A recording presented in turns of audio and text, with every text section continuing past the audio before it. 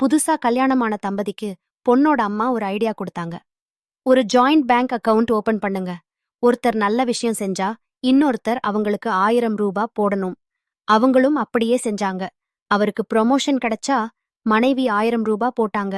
அவங்க சூப்பரா சமைச்சா கணவர் பாராட்டிட்டு 1000 ரூபாய் அக்கவுண்ட்ல போட்டாரு. இப்படி சின்ன சின்ன சந்தோஷத்துக்கும் மாறி மாறி 1000 ரூபாய் போட்டுக்கிட்டே இருந்தாங்க. 3 வருஷம் ஆச்சு.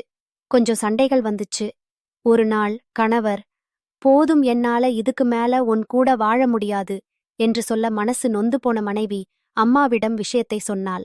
அதற்கு அம்மா, சரி, நீங்க 2 பேரும் போட்ட பணத்துல உன் பணத்தை எடுத்துக்கிட்டு கிளம்பி வா என்று கூற, அவளும் அவன் கணவனிடம் பணத்தை எடுத்து தருமாறு கூறினாள். கணவன் பேங்குக்கு சென்று பார்த்தான்.